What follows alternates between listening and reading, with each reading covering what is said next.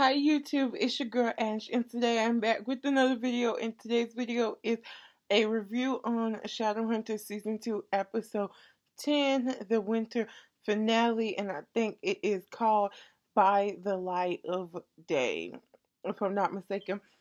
This is my first Shadowhunter review. Typically, the season as a whole has been trash, and so I did not feel inspired to make a review, but I will be doing a review of the whole entire season 2A, and it should be coming up soon if you want to hear more of my thoughts on it.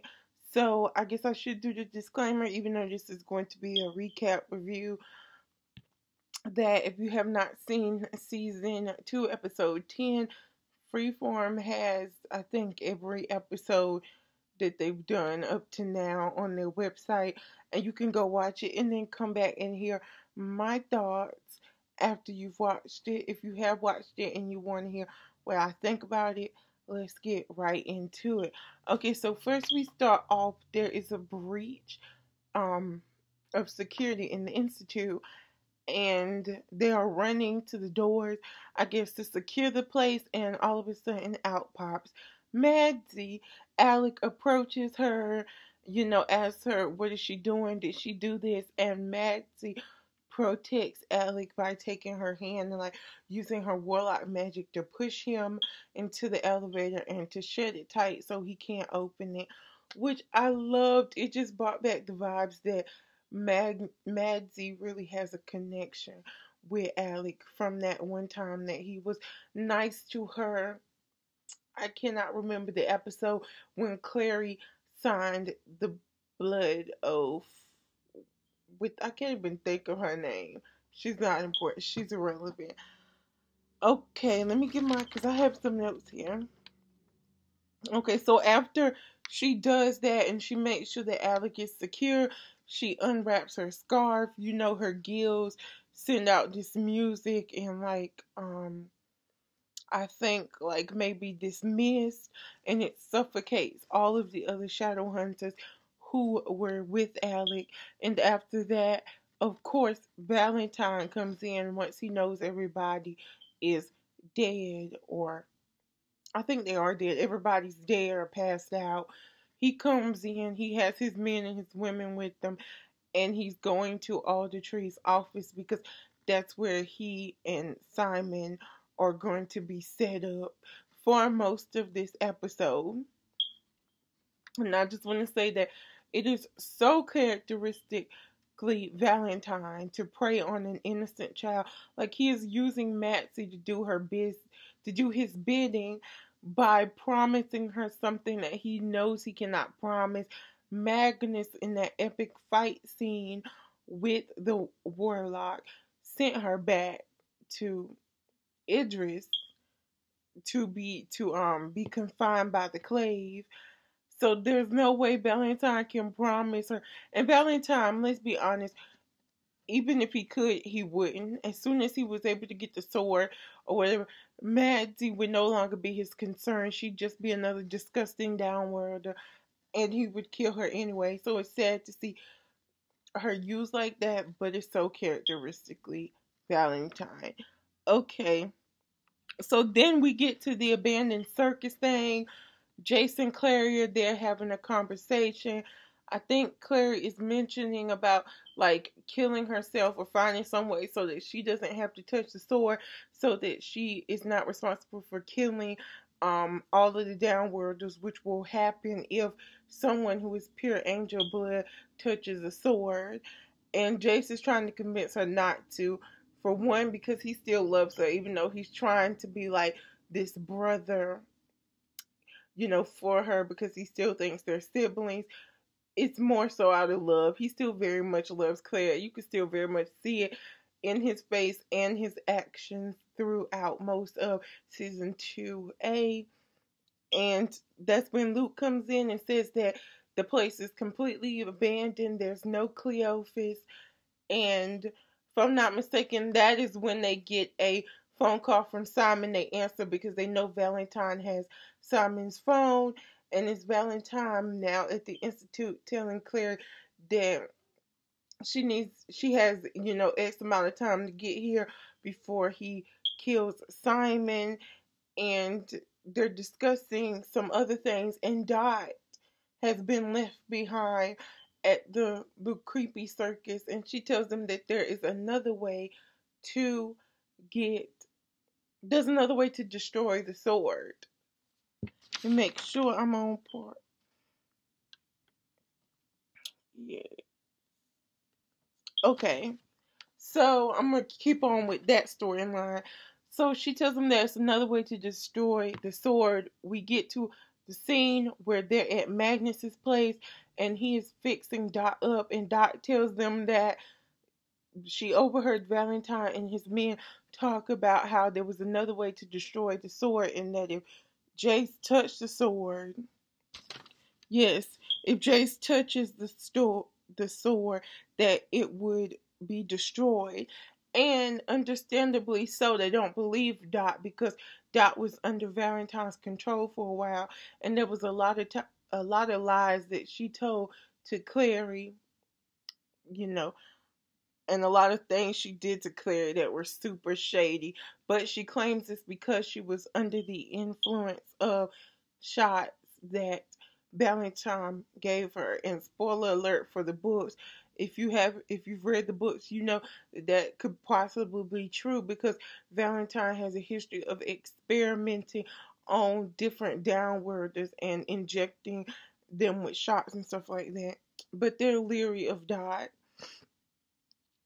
And okay, I want to talk about, because I've never done a review before, so I'm gonna switch back and forth between what caught me in the episode. I'm not gonna do everything in the episode, but the story about Aldertree falling in love with the Downworld, it touched me so much. And it's one of the things that I hate when books and TV and movies do, is when they make you feel an ounce at all for the bad guy. Because I felt so bad for him now, seeing where his hatred of Downwarders come from. The fact that he fell in love with the woman, and that they spent a year together, and he quite possibly thought this was the love of his life and they were going to be together forever, and then to get called to Idris and come back and to find out that she's been a part of this attack by a Ravener demon, and now she's gone crazy, like she can't control what she's doing, and she almost kills him, so he has to kill her with her Seraph blade. And that's when he says that he doesn't believe that Downworlders and Shadowhunters should be together, and you get the sense that he is um only telling this story though because he knows about Magnus and Alec, and he's kind of trying to dissuade Alec from being with Magnus. Okay, let me see. Yes, I love that they chose to go with the Daylighter storyline. This is one of my favorite storylines in the book, alongside the Mark of Cain. Those were like my two favorite storylines. I think they started in City of Glass, if I'm not mistaken. And I was really, from this season generally has gone downhill. And so I had gotten myself to the point where I'm like, don't be hyped, don't expect, because I was feeling like they were not going to go with the Daylighter storyline or with the Mark of Cain. So to see that they chose to do the Daylighter storyline, I was so happy. I love the fact, I know a lot of people are very tired of the shape shifting room because they use it like it's going out of style. And they use it every episode. I think it's had a shape shifting scene, but I loved how they did it where they led you to believe. Because for a minute, I didn't even think about the shape shifting room. I had gotten so into the story by that point that I didn't think about it. I thought it was genuinely Clary coming in to save Simon. and to see Simon's bloodthirst and almost killing Clary. And then when Valentine is like, he's drinking too much, like, get him off of Clary, because of course he needed Clary to touch the sword. And it goes back into Jace. My mind was blown, but I knew immediately right then. I clicked it. I was like, that's how we're getting the Daylighter storyline, and I was so excited. Usually, I am not happy. Usually, I feel like they do not do a good job of taking something central to the book and twisting it and turning it their own way, but still giving us a storyline from the book. But this time, I very much loved it. And also, the scene with Magnus and Madsy, excuse me. Oh my God. Because she has become such a central part of the show. I did not expect her. I expected it to be a one-off little girl, in I guess, a breeding center, because I think she was um a result of this warlock lady breeding all of these mundane women with demons, and that was going to be it. But the way that they have set up her scenes with Alec and her scenes with Magnus, I feel like she may be the child we get, because if you've read the books, you know that Magnus and Alec, well, not the central books, but if you've read in the Shadowhunter world, you know that Magnus and Alec adopt two boys. And obviously, the show did not buy the rights to the whole Shadowhunter world. They only bought the rights to the Infernal Devices and the Mortal Instruments, if I'm not mistaken. I think that's from Cassandra Clare herself. She said that. So they can't use the two boys or the names. And so I think they're trying to set it up with showing Madsy having these scenes with Alec and Magnus, that she could potentially be their daughter. And I am so excited, because I desperately want that to be one of the things they do, is to make Magnus and Alec dads. I love it. Okay, I could talk forever about that. Let me move on. I don't want this video to be too long. It's already going to be rambly. The chemistry between Alberto Resende and Dominic Sherwood. Oh my God, it is incredible. I loved the scene when, after Simon experienced the bloodthirst, and now we know Jace was the one that fed him, when Simon was being apologetic and talking about that he could have killed him, and Jace saying, I would have let you, and then Simon going on and on trying to apologize, and Jace being like, if you want to apologize, just stop talking. I love how throughout season 2, we have had numerous people talk about the fact that Simon loves to ramble on and on and on and on, and usually, like, the talk is going nowhere. I just love it. I love the cute. It was just a cute um scene to me, because I just love the chemistry between Alberto Resende and Dominic Sherwood. Okay. Okay, we need to talk about when Jace decides that he's going to get the sword. The sword is set up in the middle of the room. He goes to touch it and activates the soul sword. And that is when he realizes that Valentine set him up. Valentine put this in his head that he was demon, and that his touch would destroy it, because that's why he left. Going back to earlier in the episode, that's why he left Dot behind when he took everybody else, because he knew that they would trust Dot, and that Dot would overhear what he was telling his men, and she would think it was the truth, and she would go back and relay the information to them. And so that's when Valentine comes out. He tells Jace all of this. He's like, this is so you. You're so stupid. You're so naive. You fall for everything. That's why I told you that. And he picks up the sword. And as he picks up the sword, all of the downwarders that have gotten together, the warlocks and the Seelies and the vampires, they rush in to the room where Valentine and Jason, Clary, and Simon are. And at that moment, Valentine holds up the sword and it immediately kills every downworlder in the vicinity. And that is when we notice that Simon has not been touched at all. Alec rushes in. Alec is like, "Where's Magnus?" And they're like, "He was here. We got separated because Magnus and Clary got separated when Clary went to find Simon and Magnus went to go um protect Madsy." And so he rushes out. He's trying to find Magnus. He can't. Then that's when we see, if I'm not mistaken, that's when we see Jace and Valentine battle with the soul sword. That's when Valentine proceeds to tell Jace that I'm not your mother, Jocelyn isn't your mother, and Clary is not your sister. And he just basically tells Jace, I did this because you're always, trying to protect the underdog. You're so gullible. I knew that if I put this in your head, you would you would try to do it, I guess, to be like a savior of people. And then Clary comes. She has the soul sword. A rune pops up in her head. She writes it on the soul sword. They look up. Valentine is gone. I think. No, I look up and the sword is gone. And Jace is standing over Valentine, getting ready to kill him.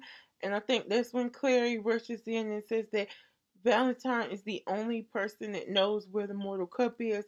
They can't kill him, and they take him back to the Institute to throw him to the clave. Sorry if my thing just cut off. And that's when we get to Magnus. Alec rushes outside in the Institute. He's looking around. He does not see Magnus. He turns around and to go back in, I'm assuming, and Magnus grabs his arm. They embrace. Alec tells Magnus that he was so terrified, that he's never felt this way before, that he thought he had lost Magnus, that Magnus had been killed when the sword was raised. Magnus says he thought the same thing, but that he was at Katarina's house with Madsy. He got her out just in time to save her. And that is when Alec tells Magnus that he loves him, and Magnus tells Alec that he loves him too. They kiss. They do a beautiful head touch thing for like a second, and then they're hugging again. Then we have Jace, who talks to Alec, tells Alec that Valentine was holding the soul sword when he told him that Clary was not his sister, so he knows it's true and that he's going to tell Clary. Meanwhile, Simon has a secret of his own to tell Clary. He takes her outside. At first, she's like, Simon, you can't do that. You're a vampire.